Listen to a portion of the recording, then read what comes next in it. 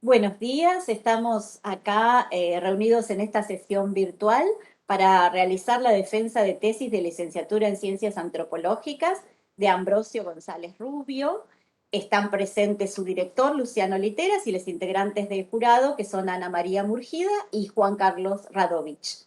Hoy es viernes 2 de julio del año 2021 y como primer paso le damos la palabra a Ambrosio para que haga su presentación. Y les pido a los jurados que apaguen sus micrófonos y al director, así la grabación sale perfecta. Listo. Bien, bueno, buenos días a todos. En principio, quiero hacer un agradecimiento a la doctora Murguida y al doctor Radovich por haber aceptado ser jurados en esta presentación de la tesis, al igual que al doctor Luciano Literas, mi director durante todo el trabajo de investigación y escritura de la tesis. Y por supuesto, en la presencia de Josefina Martínez, mi agradecimiento al Departamento de Antropología. Bien, este trabajo se trata sobre un conflicto centenario existente entre las provincias de Mendoza y La Pampa por la distribución y el uso de las aguas del río Atuel. El estudio está comprendido entre los años 1947 y la actualidad. Parece que, bueno, para comprender algunos de los procesos que se dieron en este periodo es necesario retrotraernos un poco más en el tiempo. El río Atuel es un río de origen cordillerano que nace al sur de la provincia de Mendoza. Atraviesa el sur de esta provincia, penetra en territorio pampeano, donde desagua en el río Salado, y el Salado sigue su curso hacia el sur, cruzando toda la provincia y desembocando a través del Colorado en el Océano Atlántico. Bueno, como decía, este es un conflicto centenario que ha generado bastante documentación, bastante información documental sobre la mayoría de las variables que hay en juego en este conflicto. Variables del orden político, económico, social, histórico, jurídico, demográfico, medioambiental, en fin, las distintas ópticas desde donde se ha podido ir analizando este conflicto. Luego de haber revisado un poco todo el material al que tuve acceso para interiorizarme del tema, me quedó la sensación de que en realidad había algún aspecto que a mi criterio no estaba tratado con la importancia o la trascendencia que el tema tenía. Y era todo lo vinculado con las consecuencias que este conflicto trajo sobre una región de la provincia de La Pampa y las representaciones, las percepciones y los sentidos que los pobladores de la zona se hicieron respecto a este conflicto, a los cambios producidos en la región y, bueno, y a las perspectivas de futuro. El objetivo general de esta tesis es el de visibilizar y analizar desde una perspectiva simbólica la desestructuración que se produce en el sistema de percepciones y representaciones, tanto a nivel social como individual, consecuencia de una acción disruptiva que genera el hombre cortando el flujo de agua de manera drástica en el curso del Atuel, impidiendo que ésta entre a la provincia de Mendoza. Como objetivos particulares o específicos para apuntando al objetivo general, fue necesario, o consideré necesario, la reconstrucción de la historia de los procesos políticos, sociales y económicos por los que atravesaron ambas provincias para comprender de esta manera los acontecimientos que se fueron dando luego a lo largo del tiempo. Fue necesario también identificar las percepciones y expectativas de los pobladores afectados, su sistema de subjetividades, de comprensión de la realidad que los rodeaba, y también pensar un poco el tema de la acción del Estado en cuanto a la construcción de sentido dirigidas a producir determinado tipo de representaciones en la población y en los registros de la memoria. Esta fotografía que estamos viendo corresponde a uno de los brazos del Atuel. En esa zona se divide en tres brazos, uno el Atuel propiamente dicho, otro el arroyo La Barda y otro el arroyo Butaló. Actualmente donde esporádicamente suele correr algo de agua es este arroyo, que es el arroyo La Barda, que como vemos está totalmente seco y es la situación en que se encuentra la mayor parte del año. A 20 metros, pasando por debajo de ese puente, se encuentra un alambrado que es el límite con la provincia de Mendoza. Bueno, los aspectos metodológicos que utilicé fue, bueno, como dije antes, un recorrido por la historia de ambas provincias y los procesos que atravesaron en su constitución como provincias, porque en determinada época, hasta el año 1951, La Pampa era todavía territorio nacional, evaluando los distintos procesos por los que atravesaron. Por supuesto, fue necesario hacer también un relevamiento geográfico de la región y jurídico, porque uno de los temas que se puso en juego eran las razones jurídicas que tenían ambas partes en la discusión para argumentar sus reclamos.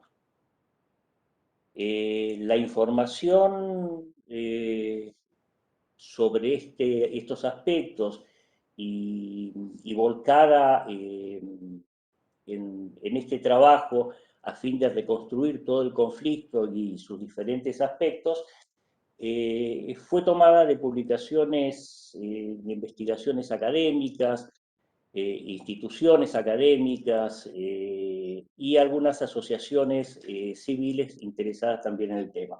Algunas de ellas son la Facultad de Ingeniería de la Universidad de Buenos Aires, una investigación que hizo el Horacio Di Frieri, quien fuera director del Departamento de Geografía de esta facultad, el Consejo Federal de Inversiones, los estudios y análisis que hizo Mauricio Pinto, un abogado experto en el régimen jurídico de ríos interprovinciales, y las audiencias de la Corte Suprema de Justicia donde se dirime este conflicto.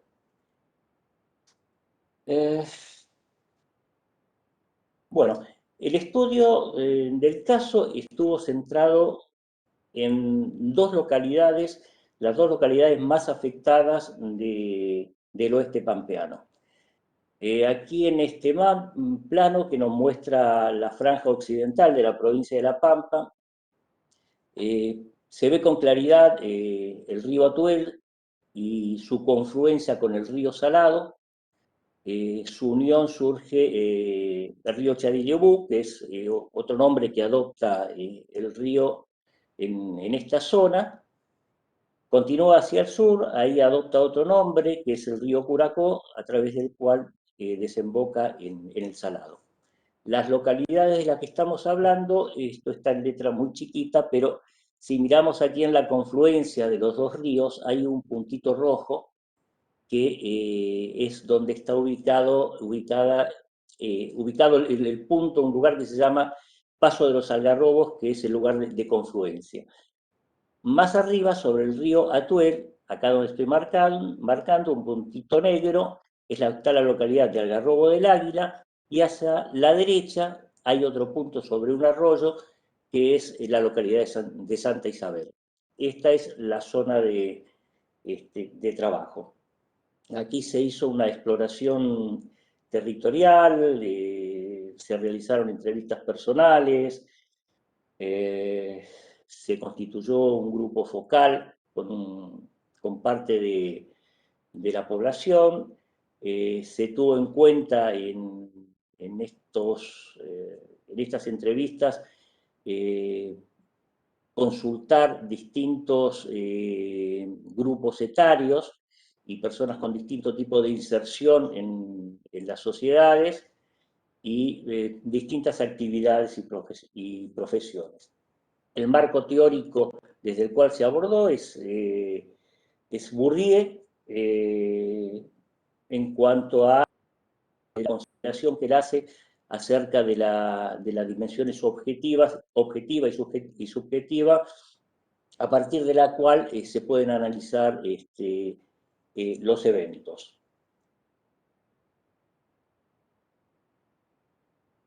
Bueno, hasta aquí más o menos una descripción del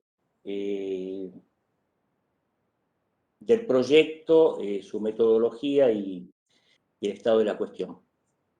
Este plano lo que pretende es dar un panorama general de lo que es la cuenca del río Desaguadero Salado. Desaguadero es también otro de los nombres que adopta en la zona norte, porque el Salado, junto con todos sus afluentes, constituye la cuenca hidrográfica más importante de la Argentina. El Salado nace en la provincia de La Rioja y termina luego de un recorrido de 1.300 kilómetros en el río Colorado. No tiene fuentes de alimentación propias, sino que se nutre de todos los ríos cordilleranos, desde San Juan hasta, bueno, el río Atuel en la provincia de Mendoza y La Pampa, y bueno, y desemboca ahí en el Colorado, ¿no? El tema es que todos estos ríos son provinciales, digamos que tienen una cierta independencia política porque desde su origen hasta su desembocadura lo hacen siempre dentro del mismo estado provincial. La única excepción es el río Atuel, que atraviesa dos provincias, que son Mendoza y La Pampa. Y esto es un poco lo que ha generado el conflicto.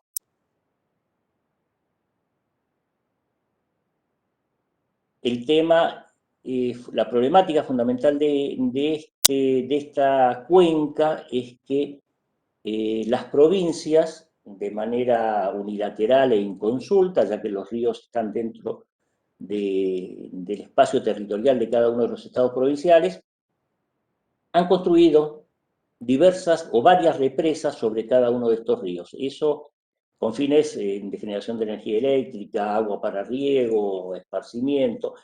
El tema es que el caudal de agua que terminan volcando estos ríos sobre el desaguadero es ínfima en relación a los caudales originales. Eso provoca que este río, en todo su recorrido, esté la mayor parte del año seco, prácticamente todo el año. Lo que agrava el problema en el oeste pampeano, porque al corte del agua en el río Toel se le suma la falta de agua del río Salado. Bueno, los orígenes de este conflicto,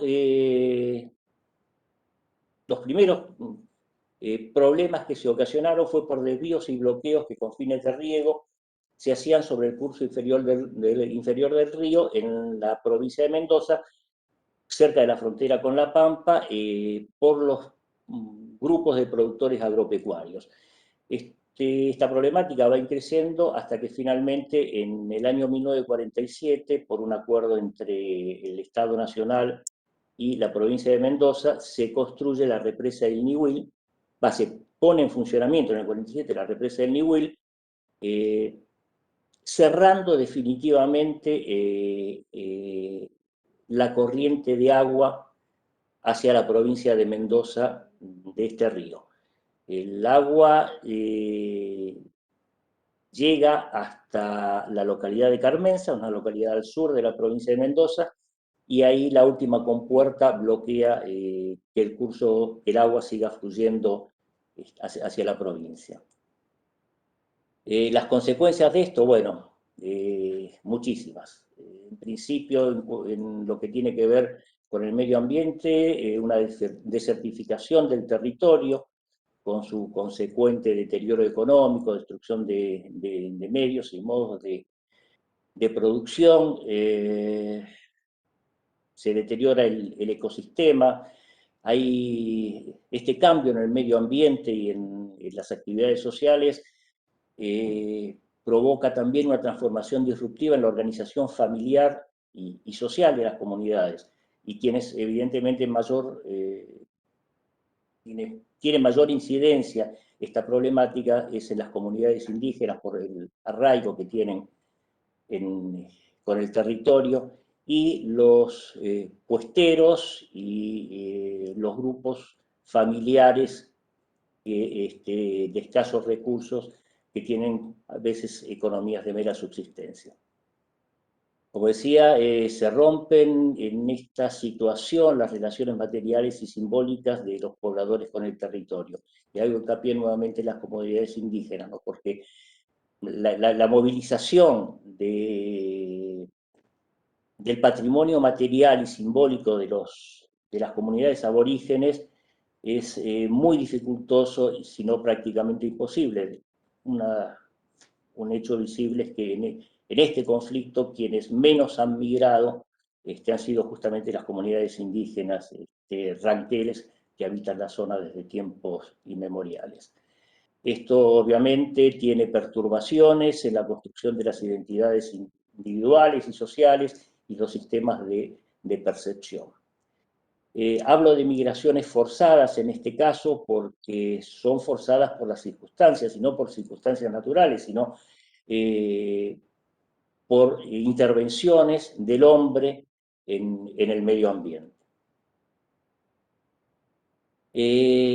Bueno, yendo al desarrollo histórico de ambas provincias, hay elementos que nos permiten ver una asimetría en dichos desarrollos.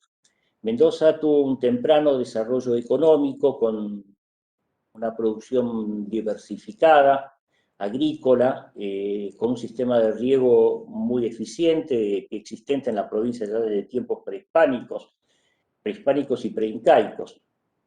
Se fue desarrollando así una sociedad basada en una burguesía empresaria que luego fue sentando con el tiempo las bases de una oligarquía dominante que estaba relacionada por estrechos lazos familiares. Esos lazos familiares se extendían a vínculos económicos y a relaciones políticas, o sea que era todo un sistema, un entramado de vínculos políticos, familiares y económicos que primero se instalaron o se construyeron a nivel local, donde sus miembros iban ocupando los lugares de poder en la provincia, y luego se extendieron los vínculos a nivel nacional, dándole un posicionamiento a la provincia relevante en cuanto a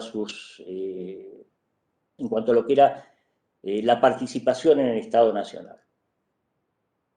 Por el contrario, La Pampa, su actividad principal fue siempre la agricultura y ganadería, tiene un bajo índice poblacional y concentrado el 95% en la región oriental, que pertenece a la Pampa húmeda y donde está la riqueza productiva.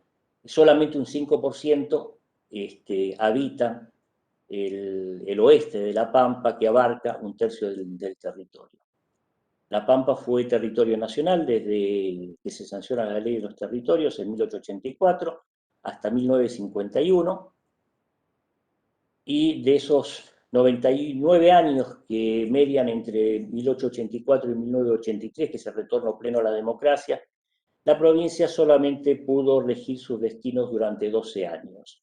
En principio porque hasta el 51 fue territorio nacional, y luego su sus procesos de constitución de las instituciones fue permanentemente interrumpido por los sucesivos golpes de Estado que se dieron hasta el año 83. Bueno, estas circunstancias fueron las que le dieron diferente posicionamiento a ambas provincias en el Estado Nacional y se construyeron las herramientas con las que luego cada una de las provincias tenía que defender sus controversias y definir sus conflictos. Bueno, aquí hago una cronología del conflicto. No me voy a detener mucho en esto, pero sí destacar algunos aspectos fundamentales. Recién en el 51, cuando La Pampa adquiere el estatus de provincia, está posibilitada de recurrir ante la Corte Suprema para hacer un reclamo, fundamentalmente en este caso por la interprovincialidad del río. Mientras el río no fuera declarado interprovincial, La Pampa no tenía argumentos como para reclamar compartir las aguas de este río. Recién en 1987 la Corte Suprema emite un fallo donde declara la interprovincialidad y le deja abiertas las puertas a La Pampa para sus reclamos e intima a las partes a buscar una solución al problema. Se crea así una comisión interprovincial de negociación. En el 2008 durante el gobierno de Cristina Fernández se realiza una reunión entre los gobernadores de ambas provincias, se llega a un acuerdo en principio favorable para ambas partes, pero este acuerdo tenía que ser ratificado posteriormente por las legislaturas de las provincias y la legislatura de Mendoza no lo aprobó. La Pampa continúa con sus reclamos. En el 2017 hay una nueva audiencia conciliatoria convocada por la Corte Suprema que dictamina que Mendoza debe entregar un caudal mínimo ecológico de 4,5 metros cúbicos por segundo. Este caudal mínimo ecológico es el mínimo que es necesario, la cantidad de agua mínima necesaria como para recomponer el ecosistema. Y da un plazo de 30 días para que esto suceda. Bueno, esto no sucede. Y en 2020, el año pasado, vuelve a emitir una resolución la Corte Suprema, bajando ese requerimiento a 3,2 metros cúbicos e intimando a las partes a que presenten un plan de obras para resolver el problema. Bueno, al día de hoy tampoco hay una resolución al respecto. Bueno, quiero dedicarme ahora a lo que es un poco el nudo central de esta tesis. Y uno de ellos es el tema migratorio. Las consecuencias que provocó el corte del agua sobre el río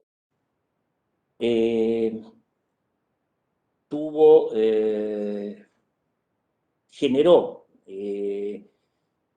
dificultades y, digamos, recorte de los recursos naturales de los que los habitantes se servían para subsistencia, para su propia subsistencia, al tiempo que los modos y los medios de producción tradicionales dejaban de tener vigencia por un cambio radical en el medio ambiente. La actividad económica principal en la zona era la cría de ovejas, que no solamente era una actividad económica, sino que era organizadora de toda la vida del oeste pampeano, tanto la vida familiar como social y económica. Esto desapareció o se quedó reducido a una producción de mera subsistencia. Toda la actividad vinculada a la cría de ovejas, como eran las comparsas que recorrían la zona en determinadas épocas del año para efectuar la esquila, la venta de la lana, con ese dinero la compra o el cambio por productos de alimenticios, vestimenta y demás, generaba una red de comunicaciones en todo el oeste y en cierta manera una red de contención también social en una zona que era evidentemente muy inhóspita y con falta de medios de comunicación. Desaparecen también recursos naturales que contribuían a la subsistencia, como la pesca y la caza silvestre.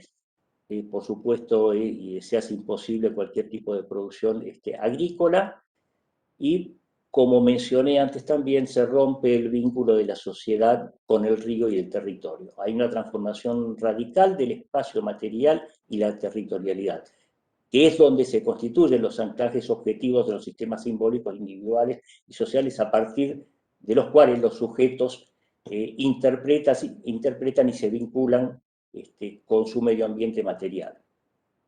Como digo, aquí abajo se desestructuran los sistemas de interpretación del mundo que los rodea, lo que los obliga a reconfigurar su matriz de representaciones. Hay una frase de una de las personas entrevistadas que me parece muy, muy elocuente, ¿no? Dice: nos convertimos en gente del desierto sin serlo. El principal movimiento migratorio de la región se produce entre 1947 y pues, fecha de puesta en marcha del New Deal, y 1970. Los pobladores se desplazan, los de Algarrobo del Águila, que es una pequeña población que tiene unos 500 habitantes, algunos migran a Santa Isabel, que es una población un poquito más grande, de unas 2.000 personas, y migran también hacia otros lugares de la provincia y hacia provincias vecinas, principalmente el sur de Mendoza, que es la zona rica en agua y en producción. Aquí voy a pasar un poquito a la siguiente, porque esta lámina, esto es un gráfico elaborado por Beatriz Dillon, en base a datos del INDEC, donde se muestran los dos departamentos más afectados, que son el departamento de Chalileo, la línea roja, y Chicalcó, la línea azul. Bueno, aunque los otros departamentos también del oeste y del sur de la provincia, también vemos una caída pronunciada de la población entre 1947 y 1970. Recién a partir de 1970 comienza un proceso inverso lento y dependiendo de otra serie de factores. Por supuesto que las relaciones de trabajo en este contexto se desarticularon, hubo una intención de insertarse en trabajo asalariado, que era escaso en la región. El dinero pasa a convertirse, al desaparecer los medios de subsistencia naturales, el dinero comienza a convertirse en un activo ya, diría que imprescindible para la supervivencia. Y hay un crecimiento en el empleo público, que es otra fuente de trabajo asalariado, porque, bueno, a partir de 1951, cuando La Pampa se provincializa, hay un reordenamiento a nivel institucional en toda la provincia y se genera empleo público que es aprovechado por los migrantes de esta zona.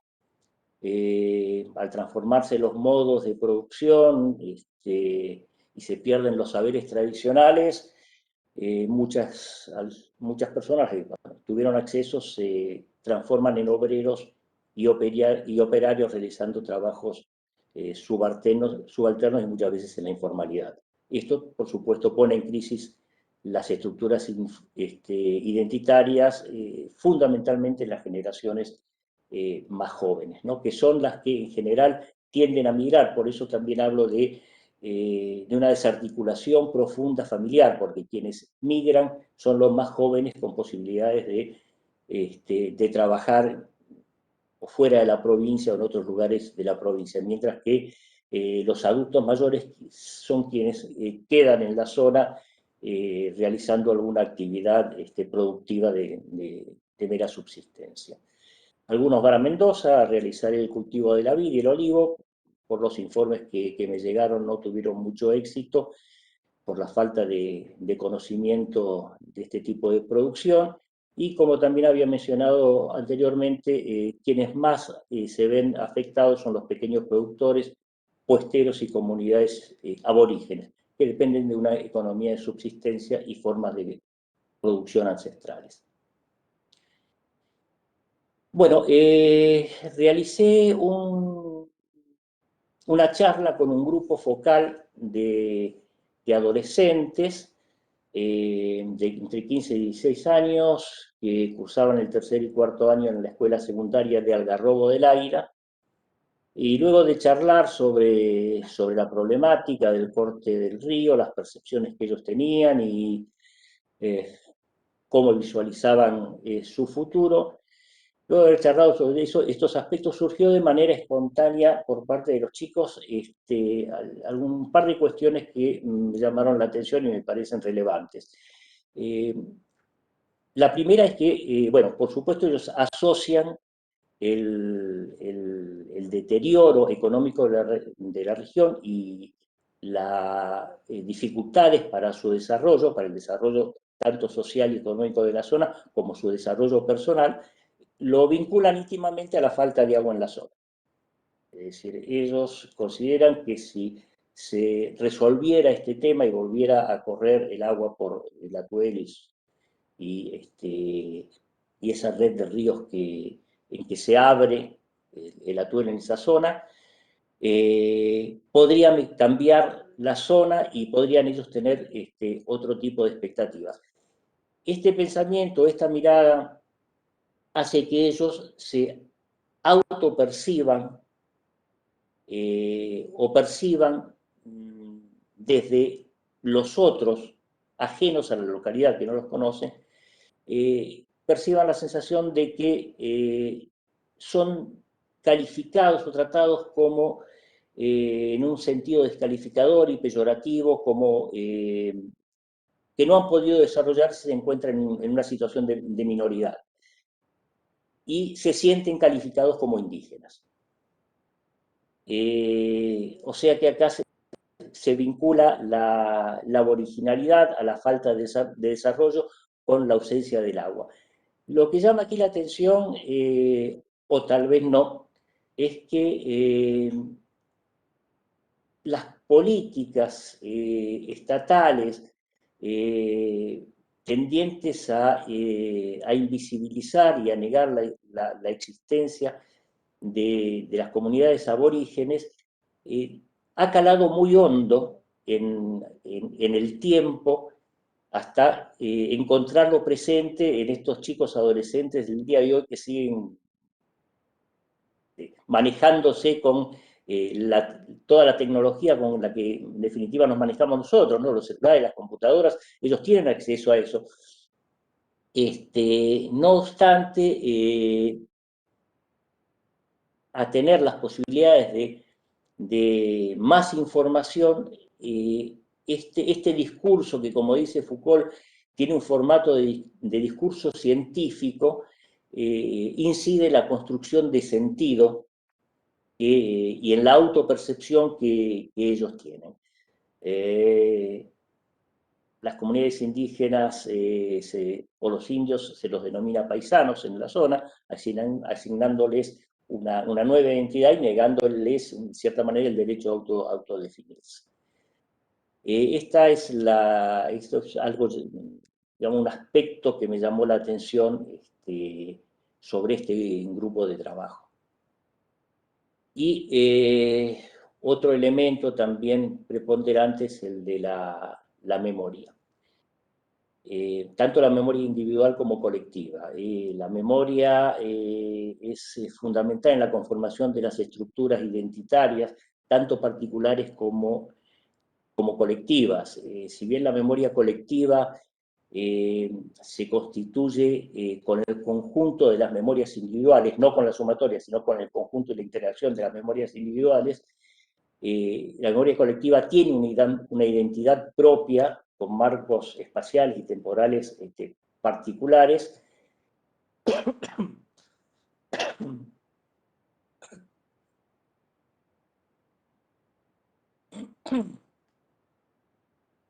Decía, tiene una identidad propia con marcos espaciales y temporales particulares, y esta memoria permanece en la sociedad en la medida en que los hechos mantengan una actualización permanente, ya sea a través de la transmisión oral o de acontecimientos que recuerdan esa historia, esa memoria anterior. Que en este caso, Beatriz Dillon acuñó un concepto que es muy interesante, que es el de memoria hídrica, que es lo que se trata de preservar con las acciones de las autoridades municipales y provinciales. Para esto el espacio es un medio particular de transmisión de recuerdos. El Estado, cada vez que tiene oportunidad en la zona, digamos, construye espacios simbólicos, construye un marco imaginario del pasado que está guardado en la memoria con elementos del presente para que ese registro que queda a nivel individual y colectivo vuelva al presente y se reactualice.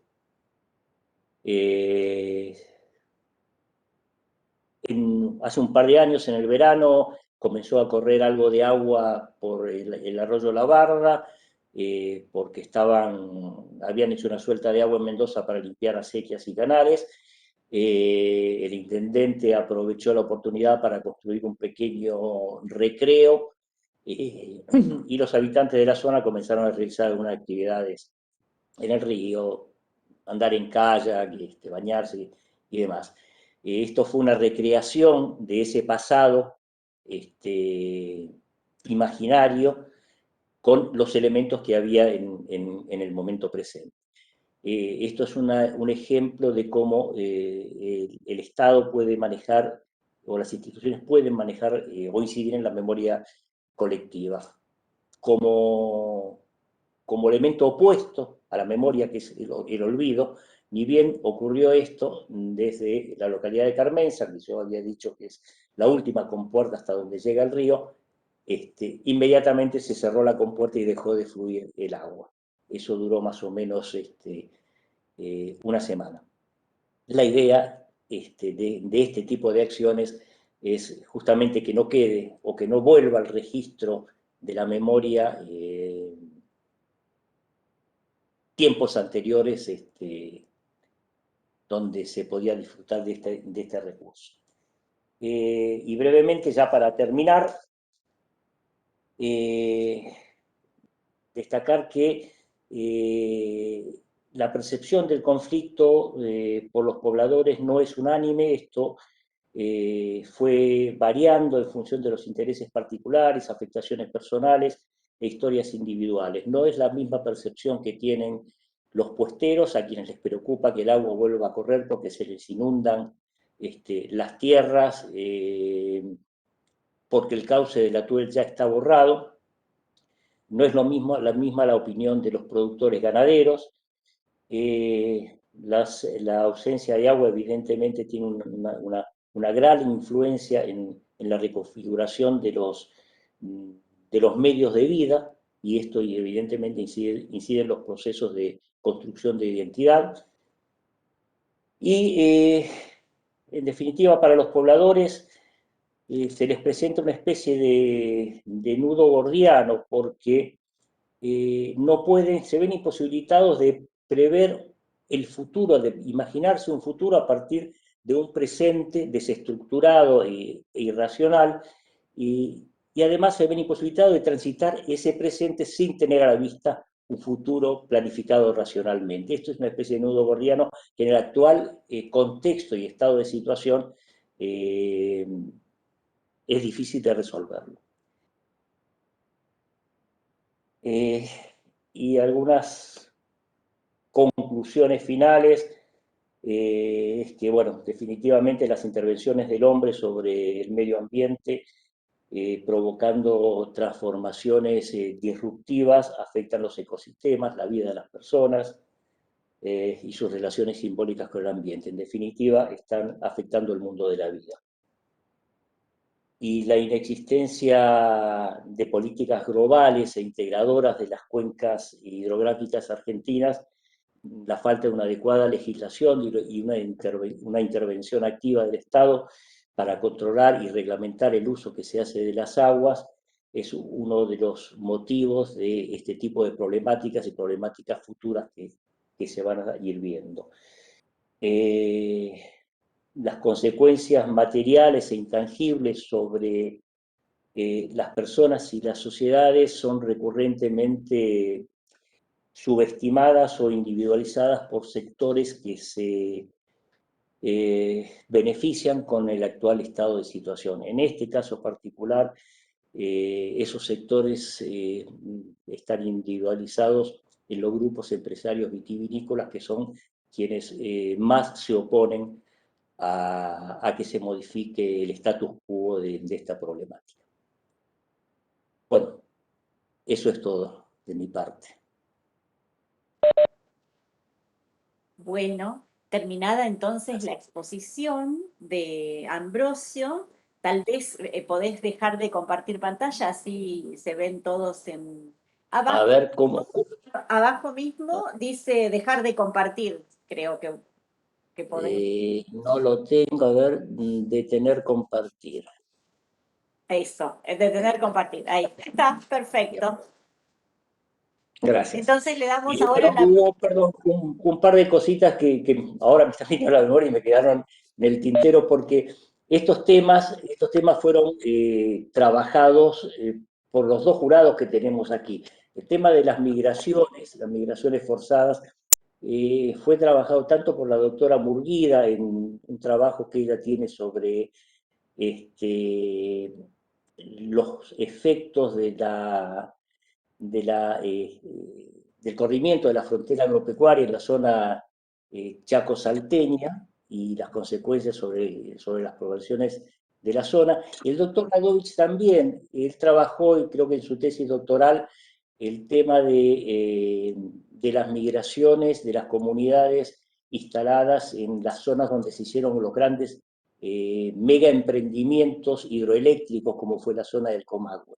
Y hay algunos conceptos que si bien las diferencias contextuales y temporales y demás son diferentes, han sido aplicables totalmente al análisis que yo estoy haciendo. No quería dejar de mencionar esos aspectos. Bueno, entonces ahora le damos la palabra a los integrantes del jurado. Ani, ¿Preferís que empiece yo? Bueno, dale, adelante. muchas gracias, muy caballero. Te felicito, Ambrosio, la verdad que fue un placer leer esta tesis. Creo que tiene un trabajo enorme, realmente es un trabajo enorme que supera lo que se te pide en una tesis de licenciatura. Te lo digo porque vi el esfuerzo. Y otra cosa que quiero destacar, porque soy medio olvidadiza y seguro que después me olvido, es que se nota en el trabajo la discusión con tu director. O sea, son dos cosas que quería destacar, o sea, un esfuerzo enorme de investigación y el diálogo con el director, que no se ve en todas las tesis. Así que ahí va una felicitación que quiero dejar para los dos. Gracias. Agradecerle al departamento, a Luciano y a José que me permitan estar en esta defensa. Es un tema complejo, es un tema muy, muy complejo que va desde el inicio hasta el final del trabajo explorando diferentes aspectos. Digamos, entraste en una problemática ecológica. Hablar de ecología es hablar de política, hablar de ecología es hablar de desigualdad, es como el nuevo movimiento que está atravesando disputas políticas y simbólicas, materiales y simbólicas en todo el planeta, ¿no? Tu forma de abordarlo me pareció muy interesante. Quería destacar, me había hecho algunas anotaciones para no olvidarme. Este, tu evaluación, digamos, tu análisis de toda la parte física del fenómeno me pareció muy completa. porque estuviste leyendo literaturas de disciplinas diferentes y pudiste integrar esas informaciones provistas por disciplinas diferentes incorporándolas en una lectura social, ¿sí? Te metiste en el ámbito jurídico sin entrar en una antropología jurídica, pero dándole voz a todo este proceso jurídico, en tanto un proceso histórico que muestra los cambios en la disponibilidad y los usos del agua y de qué manera eso incide en el desarrollo. ¿Cómo? Ay, Ivy, está hablando Ivy. De qué manera ese proceso, y lo fuiste mostrando de una manera muy interesante, cómo va degradando el medio, ¿sí?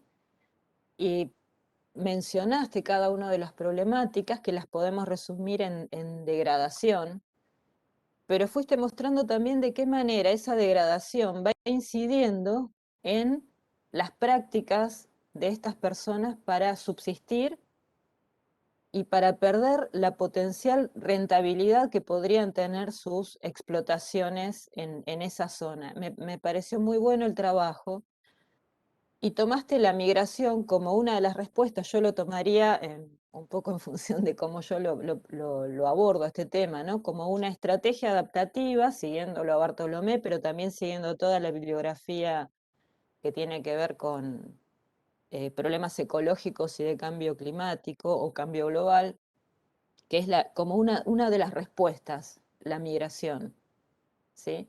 Me pareció interesante tu forma de plantearla como migración forzada, identificando el forzante, y que es la política. O sea, desde las ciencias sociales siempre descubrimos que en el fondo está siempre la política, ¿sí? Esa tecnología política, como diría Bourdieu, forzando todos los desastres, todas esas catástrofes que nos van atravesando en esta confluencia de degradación y vulnerabilidades de gente que está en ese lugar.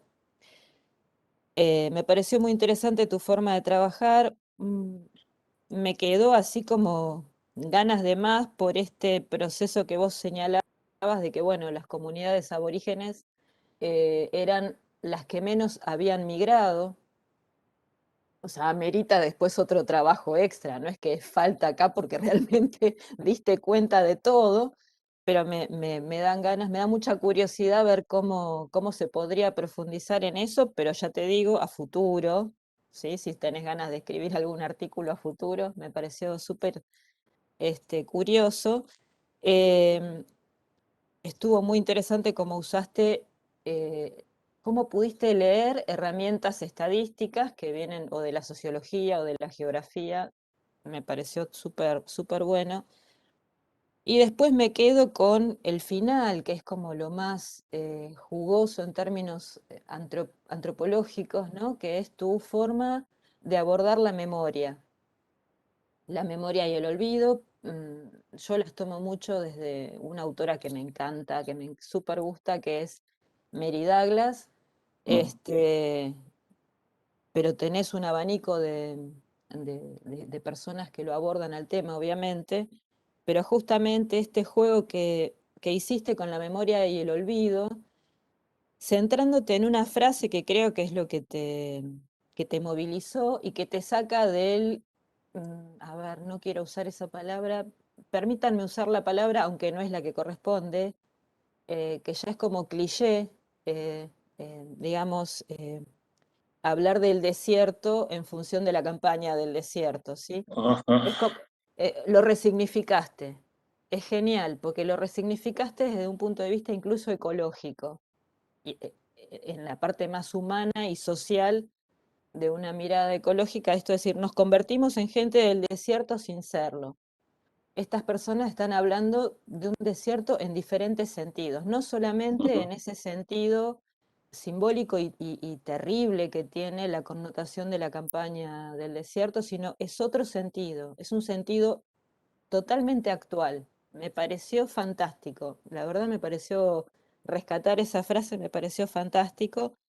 porque a partir de ahí empezaste a dar cuenta y a resignificar un proceso que se da en todo el territorio, no solo acá, sino en todo el territorio. O sea, yo lo vi en el Chaco salteño, después trabajando en Patagonia, lo volví a ver en Patagonia, el tema este de las respuestas por migración que se asocian a este cambio, digamos, en el medio, donde hay una dificultad muy grande por acceder y disponer de los bienes comunes o recursos naturales, como lo queramos llamar, que obligan a las personas a utilizar otros bienes que, de acuerdo al sistema en el que estamos, son no comunes, como el dinero, ¿sí? Esta obligación de tener que emplearse. Y todo esto lo que hace, diría Bartolomé, perdonen que vuelva a Bartolomé, lo que hace es restarle eficiencia práctica a todo ese conocimiento ancestral o a todo ese conocimiento tradicional que tienen estas comunidades. Entonces, la dificultad en la empleabilidad, que termina siendo puesta en cuestión en este proceso, ¿no? Y la parte, digamos, que me parece interesante para todo este conflicto en la cuenca, o sea, le diste una vida social y cultural a una mirada sobre una problemática que es tomada a nivel cuenca. Eso me pareció muy, muy interesante porque pudiste correrte, cosa que es muy difícil, porque prueba de ello es tu comienzo del trabajo, que hiciste tú una descripción bastante minuciosa de la cuenca. Es apasionante, ¿no? Y te debe haber llevado más tiempo todavía eh, que darle la mano a Bourdieu para que te ayude a analizar este acontecimiento disruptivo, porque son temas que nos apasionan, no son conocidos por nosotros, y buscaste la mejor información para poder hablar de ello con conocimiento de causa, no de oídas, y eso la verdad que lo agradezco profundamente. Después me parece que la selección de bibliografía es muy buena, es muy variada, y es un placer leer cómo Bourdieu te ayudó a, a relevar este fenómeno que vos lo denominás un acontecimiento disruptivo, siguiendo al autor. Muy bien trabajado, muy bien enlazado lo simbólico y lo material. eh, y lo político, ¿sí? O sea, cómo esto material y simbólico penetran, digamos, esa raíz de un proceso histórico institucional que es una deuda, ¿eh? Es una gran deuda que todavía tenemos en nuestro haber, no solo acá en La Pampa, sino en otras regiones también, ¿sí? Santiago del Estero es otra de las provincias que sufren esta cuestión. Em, ¿Qué más decirte? Bueno, creo que es un aporte súper interesante y, bueno, ojalá puedas seguir tomando partes de esta tesis y seguir ahondando, porque creo que abriste varias líneas y de una manera muy original. Eh, Gracias. te agradezco mucho, Ana. Eh, Perdón la confianza de llamarte Ana. No, sí, o sea, así me llamo.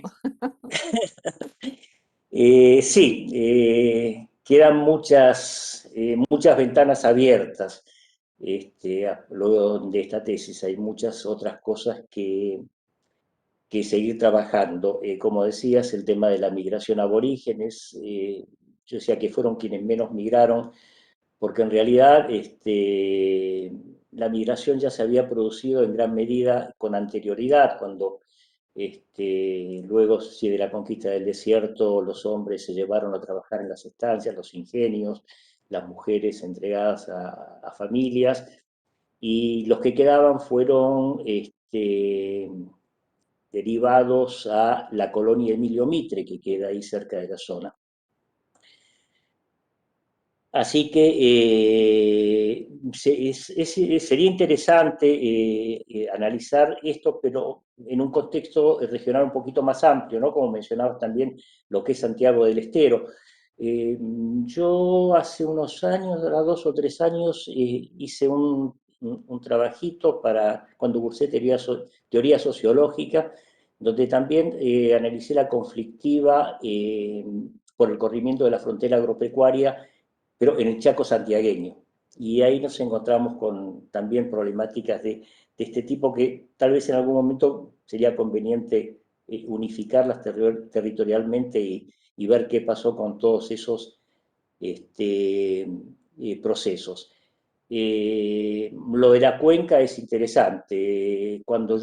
Y el tema jurídico, cuando yo empecé a dibujar en mi mente, a esquematizar cómo podía ser la tesis, lo primero que me vino a la cabeza fue que era tal la complejidad y la cantidad de elementos que intervenían en este conflicto que era imposible tomar uno de esos elementos, aislarlo del resto, sin tener en cuenta las interacciones que se estaban produciendo en todo el sistema. No sé tanto la forma de pensar el río, si pensarlo en forma individual o como parte integrante de una cuenca mucho más amplia, que es un poco las recomendaciones internacionales que ahora se hacen en el análisis de los ríos. La cuestión geográfica, la cuestión jurídica, la cuestión medioambiental, la cuestión poblacional, los aspectos etnográficos, en fin, era imposible separarlo de todo eso. Así que traté de tomar elementos de todo eso, los que me parecían más significativos y podían ayudar a entender y esclarecer un poco este problema, ¿no? Pero sí, evidentemente quedan abiertas unas cuantas ventanas para seguir trabajando el tema y bueno, me voy a tomar un pequeño descanso después de esto y empezaría a pensar en abordar todo lo restante. Sí, perdón, no lo estoy diciendo de manera negativa, o sea, lo estaba diciendo de manera positiva, ¿sí? No, sí, sí, sí, sí, O sí. sea, que quede, Así lo entiendo, ¿no? conste, Sí lo sí, sí, entiendo. para que conste en actas también, o Está sea, bien. Ivi, perdón. Bueno, sí. Eh, bueno, en primer lugar, expresar mi agrado de poder compartir con ustedes esta defensa de tesis, con Ana, con Luciano, como director, y Josefina, abnegada directora de departamento, en esta tarea medio compleja, ¿no? De hacerlo de un modo virtual, pero de cualquier manera agradezco la alternativa de haber podido leer una tesis realmente muy interesante. Yo coincido con Ana en todo lo que ha afirmado respecto a la calidad de tu trabajo y al producto. Creo que es una tesis que está muy bien estructurada, muy bien escrita también, es amena de leer y bien hay información pesada, entre comillas, cuando uno en lo que está referido a cuestiones legales, etcétera, es ameno leerlo, digamos, no es duro para entenderlo para quien no Sí, conoce esos aspectos iniciales del problema que son necesarios de conocer. Yo creo que tu enfoque es muy valioso en el sentido de cómo fue estructurado, ¿no? Toda esta explicación deductiva que vos hacés desde los niveles más bien macroestructurales hasta llegar a las percepciones de los individuos y los grupos en términos de memoria. En ese sentido me parece que está muy bien logrado y evidentemente refleja lo exitoso de tu etnografía, de tu trabajo de campo. Me pareció muy interesante las distintas alternativas que vos planteás y describís como técnicas de registro, ¿no es cierto? Tanto las entrevistas como las historias de vida. Creo que las historias de vida o fragmentos biográficos, o más nos guste llamarlos, pueden ser una herramienta muy útil y se ve en los testimonios que vos transcribís que así ha sido, ¿no? Especialmente con los pobladores más antiguos o más ancianos. Y después la cuestión de los grupos focales con adolescentes, eso me parece interesante, algo contabas hoy, lo decís también en la tesis, después como pregunta, más tarde te preguntaría si podés contar del detalle de ese trabajo, cómo fue la respuesta de los chicos, realmente es una técnica muy interesante y se ve que también dio resultados porque los testimonios que transmiten los chicos son muy valiosos también para entender esos procesos identificatorios de los que vos hablás, ¿no? Cómo son asimilados a determinada visión prejuiciosa o discriminatoria del ser indígena en la localidad, etcétera, ¿no? Y es interesante cómo efectuarla con la comparación de Mendoza y La Pampa, tanto en los aspectos legales como así también la historia. En ese sentido creo que es importantísima la perspectiva procesual porque permite entender cómo Mendoza construye una política hegemónica en el manejo hídrico en función también de la utilización de su pasado, porque por un lado reivindica desde los usos incaicos del agua, la población indígena, una provincia que en algunos casos niega la identidad a grupos indígenas contemporáneos, ¿no? En ese sentido, ¿de qué manera se da esa manipulación? Y lo contrario ocurre con La Pampa, por ejemplo, que en los últimos años ha llevado a cabo una política de apoyo a la reemergencia indígena provincial, donde mutuamente se retroalimenta estos reclamos identitarios con las políticas que el Estado provincial tiene respecto a esta reivindicación histórica, ¿no? Que forma parte de una de las banderas locales, provincial, muy importante. Incluso vos mencionás en tu trabajo para el área estudiada la presencia de, por ejemplo, en los medios de comunicación del folclore cuyano, con mayor presencia que el folclore pampeano, ¿no es cierto? Y en eso es interesante rescatar, por ejemplo, la existencia de una producción literaria y un cancionero tradicional provincial pampeano, donde se reivindica la causa del atuel, ¿no? Por ejemplo, los poetas Edgar Morisoli, Bustias Ortiz, el dúo para Arena, por ejemplo. Hay toda una serie de producciones literarias y musicales donde esta reivindicación es muy sentida y expresada precisamente desde la identidad pampeana, ¿no? Hay algunos trabajos de Aníbal Ford, incluso en los 80 llevó a cabo una navegación por ahí por la cuenca. Y otro aspecto que te quería señalar, evidentemente vos registraste o tomaste en cuenta dos localidades como unidades de estudio, Santa Isabel y Algarrobo del Águila, lo cual es importantísimo porque es donde comienza el conflicto geográfico, ecológico, hidrológico. Y todo no se puede abarcar, pero por ejemplo más al sur, Puelches tiene toda también una problemática vinculada a este problema y donde las percepciones respecto a los cambios del río cuando el agua se manifestaba o cuando no lo hacía era muy importante en la vivencia cotidiana de los pobladores, tanto del poblado como los pobladores rurales, ¿no? Bueno, eso es lo que realmente registro y evalúo de tu trabajo, realmente te felicito, es un trabajo importante y yo creo que, no sé cuáles son tus planes futuros, pero algo dijiste, merece una continuidad, ¿no? Porque realmente es algo inacabado, incluso tiene una dinámica muy activa porque permanentemente hay situaciones y conflictos o manifestaciones en torno a este problema, ¿no? Por ejemplo, vos mencionás también la Asamblea de Defensa de los Ríos, la Fundación Chadilebú, digamos, también son actores que a lo mejor merecen también darle atención en función de sus discursos, políticas y manifestaciones. Bueno, eso era lo que tenía para decirte y bueno, y si pensás seguir, ¿de qué manera? Si podías profundizar un poco, ¿qué temas de interés o líneas te parecen valiosas para continuar? Bueno, muchas gracias, Juan Carlos, por los conceptos. Bueno, vamos por partes. Me pedías que describiera un poquito el tema del grupo focal. Cuando pensé en organizar las entrevistas, pensé en 3 grupos etarios, personas que hubieran vivido el acontecimiento allá en 1947, cuando se cierran las compuertas del embalse, y que pudieran darme un testimonio directo de lo que habían sentido, o que les hubiera sido transmitido oralmente. Afortunadamente me pude encontrar con un par de personas que sí me pudieron dar esos testimonios directos.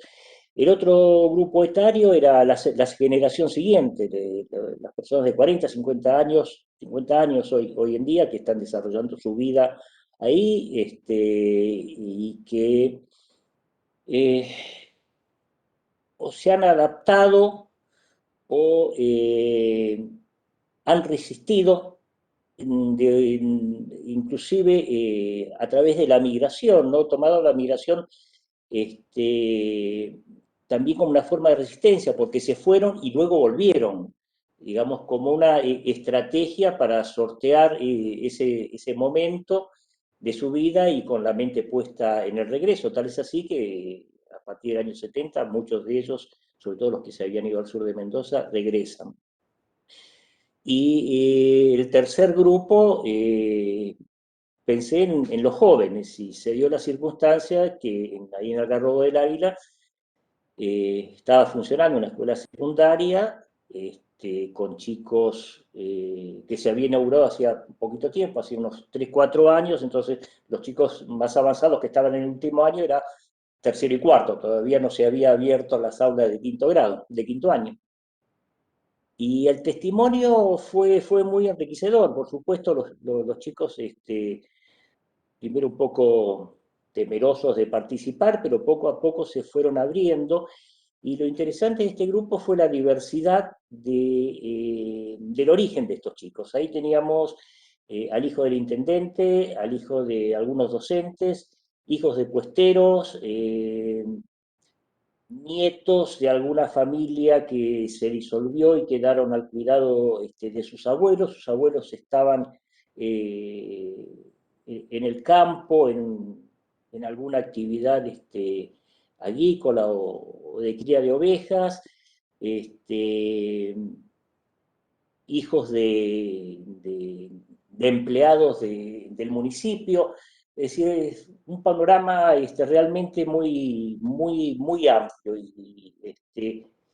y las opiniones o las representaciones que ellos se habían ido construyendo del acontecimiento fueron muy claras y muy terminantes. Me llamó la atención que le pregunté de dónde tenían ellos la información sobre el conflicto y sobre las consecuencias y demás, y por supuesto, además de tenerlas de parte de la escuela, porque sí, esta sí es una escuela también comprometida con la recuperación del agua en el río, no funcionaba la transmisión oral en la familia. No eran los adultos los que les transmitían la memoria de lo acontecido. Sí eran, en cambio, los abuelos. Es decir, la generación siguiente a los que vivieron directamente el conflicto, estas personas que yo mencionaba de alrededor de 50 años, no eran los que transmitían la memoria, sí lo hacían los abuelos. Bueno, y el tema de la cuestión identitaria y la percepción que ellos tenían acerca de la opinión, de cómo lo veían a ellos los otros de afuera. Eso surgió de manera espontánea. Estaban presentes también docentes y en algún momento la directora, que se fueron sumando a la charla, que se puso muy interesante. Y bueno, esto me permitió, por otro lado,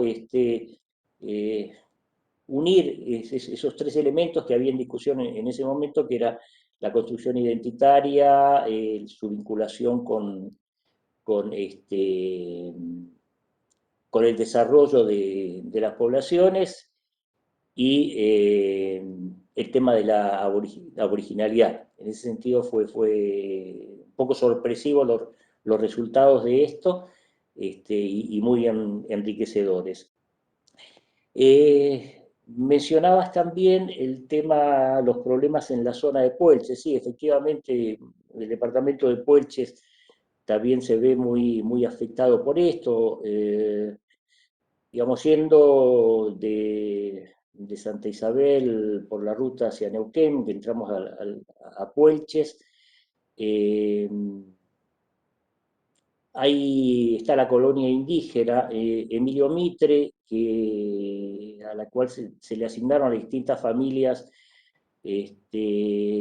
ranqueles, parcelas de tierras para producir. Era un territorio bastante empobrecido y muy difícil para obtener recursos, pero también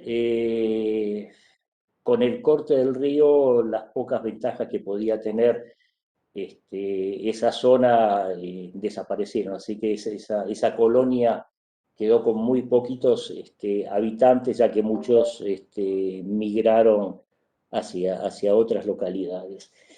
En cuanto a cómo pienso seguir, todavía no lo tengo claro. Quiero sentarme ahora, después de los comentarios de ustedes, que tal vez han puesto énfasis en algunas cuestiones que yo las escribí como una hilación natural del desarrollo de la tesis y que ustedes me remarcaron como para destacar. Así que voy a leerlo en esa clave y a ver qué aspectos sería interesante desarrollar. El tema de la migración desde ya, que es un tema que está abierto para avanzar bastante y que por otro lado particularmente me interesa. Yo soy un migrante, yo soy español, vine de chiquito y tengo claro lo que significa el desarraigo, sobre todo por parte de mi familia, ¿no? El reinsertarse en un medio ambiente diferente y tener que construir un mundo nuevo a partir de resignificar las percepciones, las sensaciones y la manera de vincularse con el nuevo medio ambiente, con la nueva sociedad y demás, ¿no? Así que ese es un tema que particularmente me interesa y seguramente por ese lado va a rumbear la cosa. Así que bueno, yo les agradezco muchísimo los comentarios. Y Ana, decías algo que es totalmente cierto. En todo el desarrollo de la tesis tuvimos con Luciano una ida y vuelta permanente. Y gracias a eso creo que llegué al día de hoy con esta tesis. Así que bueno, mi agradecimiento especial para él. Sí, claro, felicitaciones a Luciano como director. Bueno, le damos la palabra entonces a Luciano para que haga el cierre de esta primera parte. Bueno, ya está todo más que dicho, así que voy a ser muy breve. Agradecer, Josefina, a vos y a través de vos a todo el departamento, el contexto con el que estamos pasando, el trabajo que vienen haciendo, la verdad que siempre para agradecer. No se imaginan ustedes, o sea, se lo imaginan porque lo viven en carne propia, pero los efectos que tienen son mucho más seguramente de lo que ustedes pueden darse una idea. Y todos somos conscientes de eso. Agradecer a los evaluadores, Ana María Murguía, Juan Carlos Radovich, que dos especialistas en muchísimos de los aspectos que trata la tesis de Ambrosio. La verdad que es algo para agradecer, que no pasa todos los días, que habla muy bien de nuestra casa de estudios y que los comentarios, además, me imagino que le van a ayudar muchísimo a Ambrosio para seguir su camino, para repensar cosas. En eso, muchísimas gracias por la atenta lectura y por los comentarios. La verdad que un lujo. Y bueno, y felicitar a Ambrosio, que llegamos al final de esta etapa, que después hay más etapas, pero felicitarlo por esta capacidad justamente desde las primeras charlas que tuvimos de tener tan claro que no es siempre lo que suele suceder y que tampoco debe ser así, pero bueno, en eso fue una virtud de tener desde el comienzo tan claro el problema de lo que quería hacer, el conflicto, dónde estaba el conflicto, dónde estaban las claves del conflicto y cómo había que andar el camino más bien dicho, para, digamos, dar cuenta de las repercusiones sociales de un conflicto de estas características. Esta capacidad de articular estos procesos globales, estos procesos históricos más macro, con la dimensión local de los conflictos, me parece que es algo muy meritorio, y que va de la mano de un trabajo etnográfico que yo siempre se lo decía, es uno de los puntos fuertes para mí, sobre todo por una tesis de licenciatura, y que le aporta, digamos, una mirada, una sensibilidad social al trabajo en sí, que me parece que es algo para destacar. Y que esto abre muchos, o sea, contribuye a un campo de investigación con el que hay que seguir avanzando. Recursos naturales, repercusión de lo que pasa con los recursos naturales en las condiciones de vida de las poblaciones, tema de memoria, identidad, yo creo que ahí hay muchísimo para seguir haciendo, bueno, y en ese campo se sitúa el trabajo con muy buenos resultados, así que bueno, habrá que seguir caminando. Gracias. Gracias a vos, Luciano. Bueno, con esto termina entonces esta primera parte de la defensa de tesis. Le vamos a pedir a Ambrosio que salga un ratito, el tiempo que le lleve al jurado deliberar, y cuando esté lista el acta, lo vamos a volver a llamar para hacer la lectura de la misma. Bueno, muy bien. Bueno, una vez finalizada la deliberación del jurado, ha elaborado el acta y el director, Luciano Literas, va a leer el acta elaborada. En Buenos Aires, el 2 de julio de 2021, a las 11 horas, se reúne el Tribunal de Evaluación de la Tesis de Ambrosio González Rubio. La tesis está muy bien escrita y tiene una estructura clara en los aspectos teórico-metodológicos, desde una perspectiva deductiva explicativa, con resultados muy valiosos desde el punto de vista de la investigación de campo. Se destaca la articulación lograda entre una lectura antropológica y diferentes enfoques provenientes de distintas producciones profesionales. Se destaca también el buen uso del marco teórico-metodológico propuesto por Pierre Bourdieu para alumbrar una problemática socioambiental y geopolítica. Por otra parte, cuenta con una abundante y diversificada bibliografía y fuentes relacionadas con los distintos problemas abordados. La exposición oral fue ordenada y clara y logró comunicar los puntos centrales utilizando apoyo visual a través de una presentación que incluyó recursos estadísticos, cartográficos y fragmentos de entrevistas. Por todo ello, este jurado resuelve calificar la tesis con la nota de 10. Con esto entonces Bueno, termina muchísimas este gracias acto de la a defensa. todos. Gracias, Luciano. Ambrosio.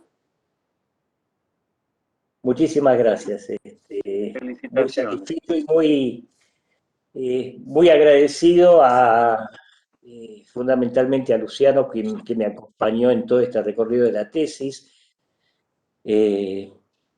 a todo el equipo de docentes, al departamento, a nuestra querida Facultad de Filosofía y fundamentalmente a la educación pública, sin lo cual todo esto no sería posible. Así que bueno, gracias a todos. Felicitaciones. Felicitaciones.